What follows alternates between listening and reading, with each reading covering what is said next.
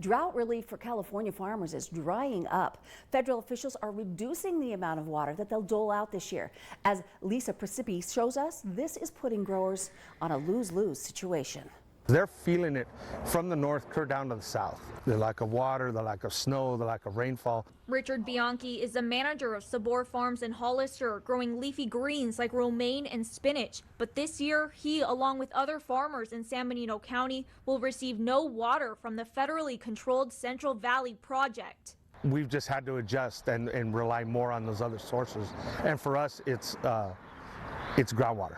The problem with our groundwater in San Benito County is the quality isn't as good as our federal water is. Farmers in the county and all across the state are having to factor that lack of water into their crop patterns. There's probably going to be about 25% of the land that normally gets irrigated that's going to end up being fallow. And let's be honest, we're only in March.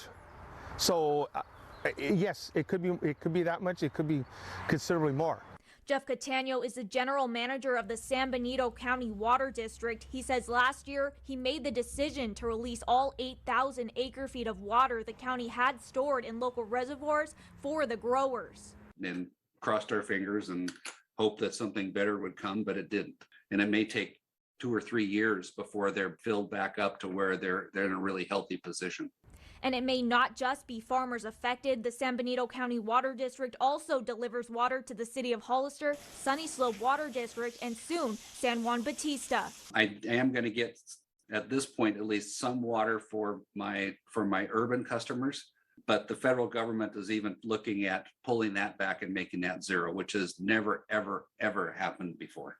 So with not much rain forecasted for the rest of this year in California, what is the solution? The only way that we're going to be able to get back to having a healthy groundwater basin and healthy water supplies for everybody is to build more storage to capture the water in those wet years. You can't conserve your way out of this problem.